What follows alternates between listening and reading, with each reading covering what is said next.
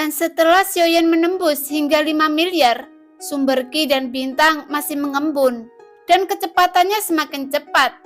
Namun tidak begitu banyak kondensasi, itu lebih seperti sumber Qi yang terkandung di dalam tubuh itu sendiri yang meledak.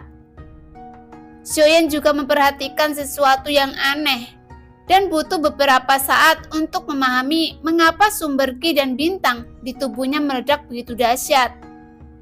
Ternyata lautan ganda bintang bergabung menjadi satu. Xiaoyan juga cukup terkejut dengan ini. Faktanya latar belakang genesis Qi yang melonjak saat ini, selain memadat dengan cepat, sebagian besar darinya adalah latar belakang genesis Qi yang dimiliki Xiaoyan sendiri. Hanya saja itu tidak lagi tersembunyi di lautan bintang ganda seperti sebelumnya, tetapi bergabung menjadi satu. Jadi setelah menembus puncak dewa pertarungan bintang 9, sumber energi Xiaoyan telah meroket seperti orang gila. Dan pada kecepatan ini, 5 miliar sama sekali bukan batas Xiaoyan. Sumber Qi dewa mengalir ke tubuhnya terus-menerus. Xiaoyan tidak memiliki keraguan saat ini, membiarkan semua sumber Qi dewa mengalir ke tubuhnya sendiri. Kemudian itu berubah menjadi bintang asal Qi, dan lautan bintang asal Qi memadat dengan cepat, bergegas ke lautan bintang asal Qi Xiaoyan seperti semburan. Pada kecepatan seperti itu, Xiaoyan diharapkan langsung menembus ratusan kali dalam kesempatan ini, 100 juta. Jumlah genesis Qi ini adalah sesuatu yang Xiaoyan tidak pernah berani membayangkan, dan dia tidak pernah membayangkan bahwa suatu hari dia akan dapat memiliki lebih dari 10 miliar genesis Qi. Kejutan yang diberikan Dong Haiyuan kepada Xiaoyan masih sangat jelas di hatinya. Tetapi dia tidak menyangka bahwa dalam sekejap mata dia akan memiliki harapan untuk menembus 10 miliar, 6 miliar, 7 miliar. Sumber Qi dan lautan bintang Xiaoyan tampaknya tidak memiliki batas atas dan masih naik dengan gila-gilaan. Adapun origin Qi di menara pembantaian, pasokan masih melebihi permintaan, dan sejumlah besar origin Qi pada dasarnya bisa tinggal di tubuh Xiaoyan. Kultivasi Xiaoyan masih berjalan lancar saat ini, dan permaisuri juga mengalahkan Taisu Senyi pada saat kritis, melindungi kultivasi Xiaoyan yang sangat penting baginya. Ketika Dewa Taisu dipukul dengan keras, di dunia nyata Xuanyin ada raksasa gelap yang tersembunyi di kehampaan. Itu bukan planet atau alam. Itu adalah benda terbang besar berbentuk persegi. Meski bukan planet, tetapi ukurannya lebih besar dari planet dan di kehampaan di depannya terdengar raungan rendah. Melihat sekeliling, ada ratusan Dewa Taisu yang perlahan bergerak maju dalam kehampaan. Geraman rendah dari ratusan Dewa Taisu tampak mengejutkan bagian dalam kubus, dan dalam waktu singkat, sosok keluar dari kubus emas hitam. Sebuah suara yang dalam datang dari dalam kubus emas hitam, seolah bergema melalui kehampaan di sekitarnya. Bagaimana situasinya? 5 dari mereka meninggal pada waktu yang hampir bersamaan, dan Dewa Taisu dipanggil, tetapi Dewa Taisu terluka parah. Apakah lokasinya sudah dikonfirmasi? Sudah dikunci? Seseorang dari Taisu menjawab pertanyaan. 701, bawalah 20 orang ke sana, dan kita harus mencari tahu maksud dari orang yang telah membunuh orang kita. Suara di dalam kubus emas hitam keluar lagi, dan setelah kata-kata itu jatuh, sebuah bagian muncul di kubus emas hitam. Ada 20 sosok bergegas keluar dengan kecepatan yang sangat cepat. Ayo bawa 2 Taisu Senyi ke sana lagi. Tangkap nyawa sebanyak mungkin. Pahami niatnya dan buat hidup mereka lebih buruk dari kematian. Suara berat dari kubus emas hitam keluar perlahan, dan 20 orang mengepalkan tangan. Ketika ada 2 Taisu Senyi yang memutar sosok besar mereka, 20 orang itu bergegas menuju Taisu Senyi, menuju kehampaan. Setelah berjalan 10.000 kaki ke depan, Tai Su Senyi membuka mulutnya lebar-lebar dan bola cahaya melonjak keluar, lalu meledak di ujung jauh. Bola cahaya tiba-tiba muncul di kehampaan yang gelap dan cahaya yang menyilaukan menyapu sekeliling.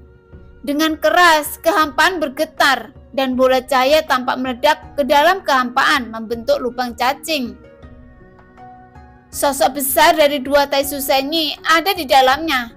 Karena ukurannya yang besar, mereka tampak lambat, tetapi sebenarnya kecepatan terbang mereka tidak lambat.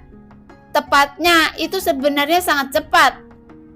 Tetapi untuk melawan kehampaan, cara tercepat adalah melakukan perjalanan melalui lubang cacing.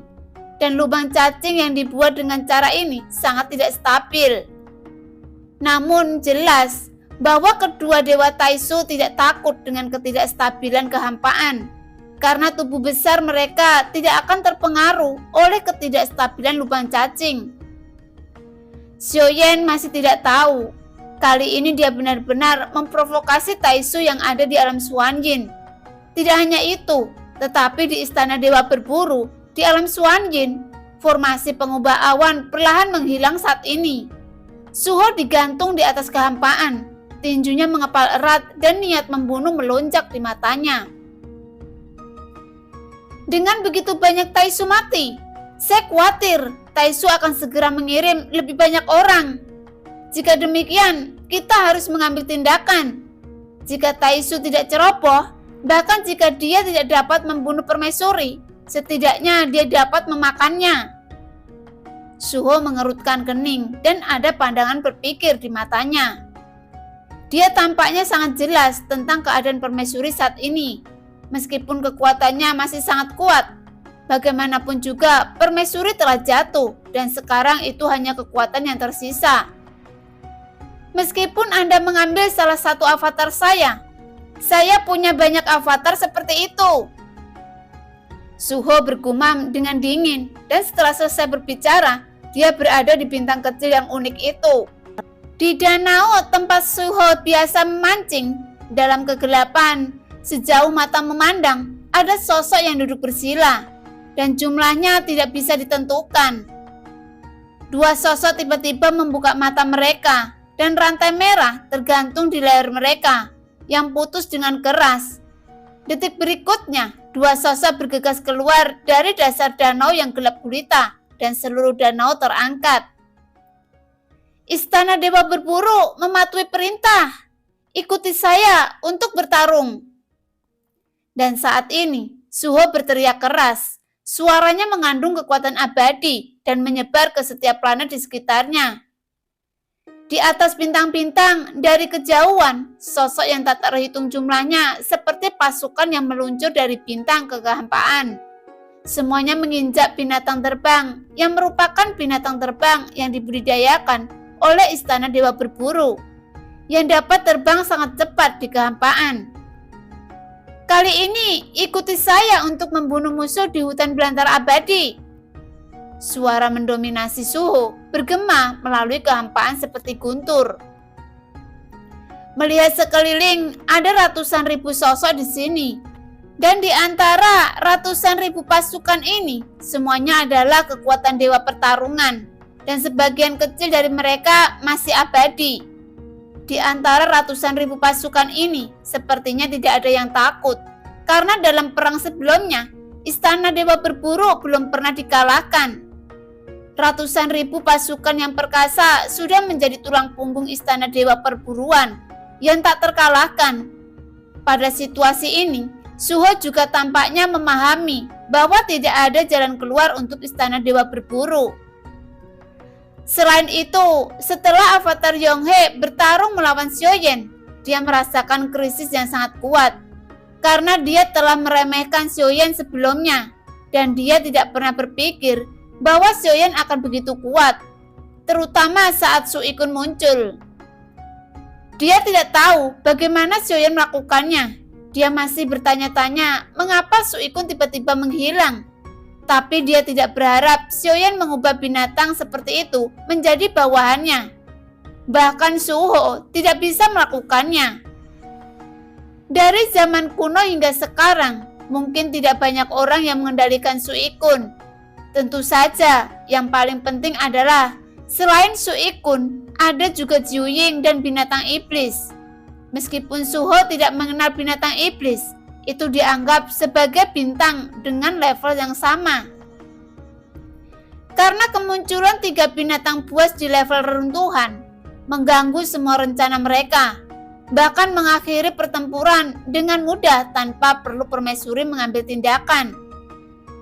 Pasukan Istana Dewa Pemburu telah terintegrasi dalam kehampaan, tetapi semuanya masih ditangguhkan di udara dan belum segera berangkat, seolah-olah mereka sedang menunggu sesuatu.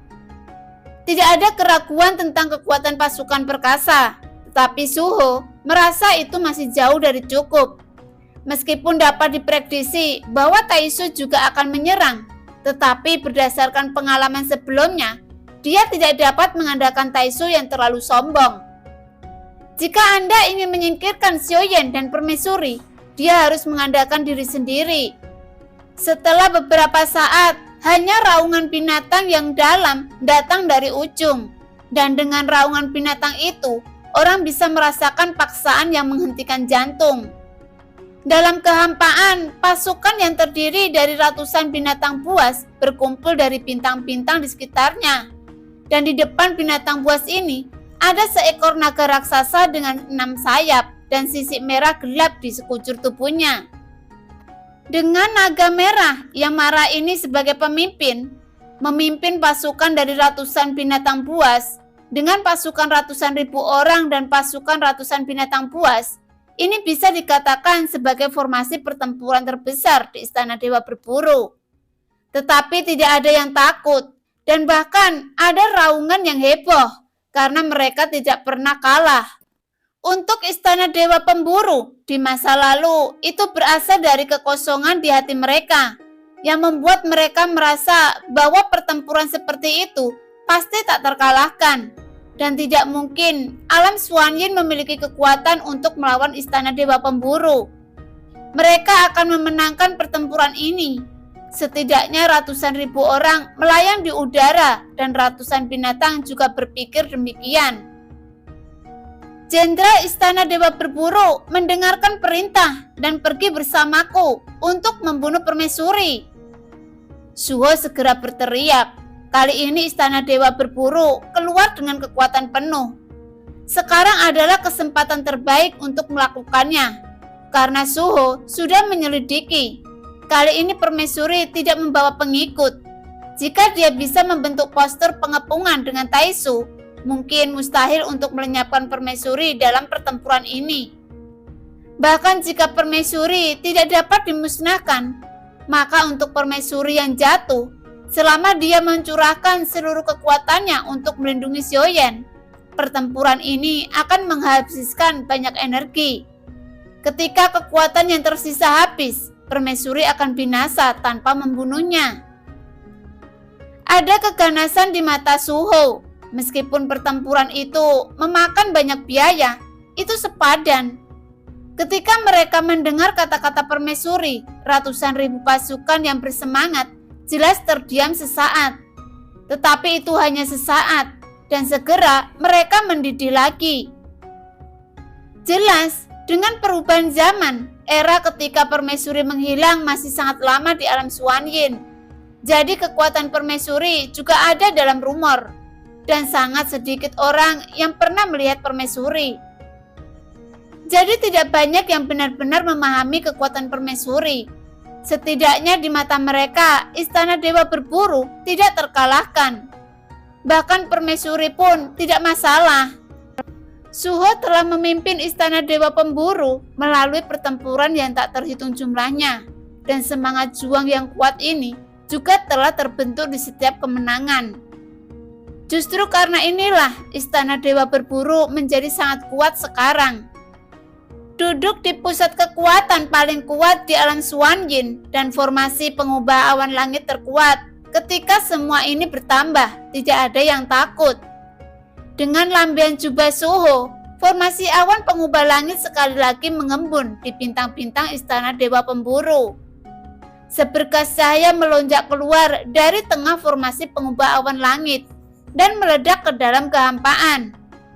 Energi yang kuat mendistorsi kehampaan, merobek celah. Merancang, sage abadi. Suara Suho bergema di kehampaan, dipimpin oleh 100 binatang buas. Diikuti oleh ratusan ribu pasukan, bergegas menuju celah di kehampaan yang telah robek. Suho secara paksa merobek kekosongan melalui kekuatan formasi pengubah awan langit. Membentuk lubang cacing ruang kecil. Hanya dengan cara ini, dia dapat mencapai hutan belantara abadi secara mungkin. Adapun tubuh utama Suho yang tergantung di udara, dua sosok tiba-tiba muncul di sampingnya saat ini. Mata mereka tertuju pada celah-celah di kehampaan dan pasukan mengalir ke dalamnya seperti dia. Jika Anda perhatikan dengan seksama, Anda dapat menemukan bahwa mata kedua sosok ini persis sama dengan Suho. Dan kedua sosok ini adalah avatar dari Suho. Tidak sampai pasukan Istana Dewa Pemburu semuanya memasuki celah kosong. Dua avatar Suho bergegas ke celah kosong. Adapun tubuh aslinya, dia tidak pergi ke sana. Istana Dewa Berburu telah dikembangkan sejauh ini dan diharapkan akan ada hari ketika permaisuri akan berakhir. Era ini benar-benar milikku. Suho menyipitkan matanya, dan di bawah permukaan yang tanpa datar mata, ada kegilaan yang belum pernah terjadi sebelumnya. Adapun Xiaoyan di Menara Pembantaian, dia masih meluangkan waktu untuk berlatih. Tetapi Menara Pembantaian tampaknya stabil di beberapa titik, dan semuanya menjadi sunyi. Di seluruh Menara Pembantaian, hanya Xiaoyan yang ada, dan semua makhluk abadi yang memasuki Menara Pembantaian dikirim keluar. Jadi tidak ada yang akan mengganggu kultivasi Xiaoyan di sini. Xiaoyan juga tahu bahwa permaisuri melindunginya, jadi dia hanya perlu mencurahkan 100% tubuh dan pikirannya untuk berkultivasi saat ini. Dan sumber energi yang masih menyembur di tubuhnya telah meroket ke angka 8 miliar. Tampaknya untuk menembus 10 miliar sudah tidak jauh lagi. Xiaoyan juga tidak menyangka bahwa setelah dia menerobos ke puncak Dewa Pejuang Bintang 9, dia akan mengantar pertumbuhan yang begitu eksplosif, yang secara langsung akan membuat latar belakang genesis Ki-nya menembus puluhan miliar. Ini adalah angka yang tidak pernah berani dibayangkan oleh Xiaoyan.